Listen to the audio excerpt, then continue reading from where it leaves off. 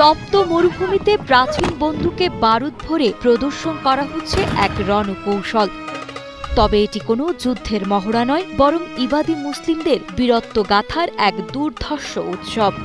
পাহাড়ের চূড়ায় শত শত মানুষের উপস্থিতিতে শূন্যে গুলি ছুড়ে তারা যেমন সাহসিকতার জানান দেন, তেমনি তাদের প্রত্যাহিক জীবনে বজায় রাখেন চরম গোপনীয়তা। সাহারা মরুভূমির এই মোজাবাইট সম্প্রদায়ের পোশাক ও পর্দা প্রথা বিশ্বের অন্যতম এক বিষয়। এখানকার পুরুষরা বিশেষ চাদর ও টুপি পরলেও নারীদের ক্ষেত্রে গোপনীয়তার প্রাচীর অভেদ্য। তারা বাইরে বের হলে নিজেদের এমনভাবে আবৃত করেন যে তাদের চোখ দেখারও কোনো সুযোগ নেই। শিয়া বা সুন্নি কোনো দলেই না পড়া ইসলামের তৃতীয় প্রধান ধারা এই ইবাদি মুসলিম। প্রতিবেশীর সাথে যেন নজর না মেলে, এই জন্য এই জনপদের মানুষ ঘরগুলোর দরজা জানালা তৈরি করেন বিশেষ নকশায় এবং ছাদের দেওয়াল রাখে 10 ফুট উঁচু।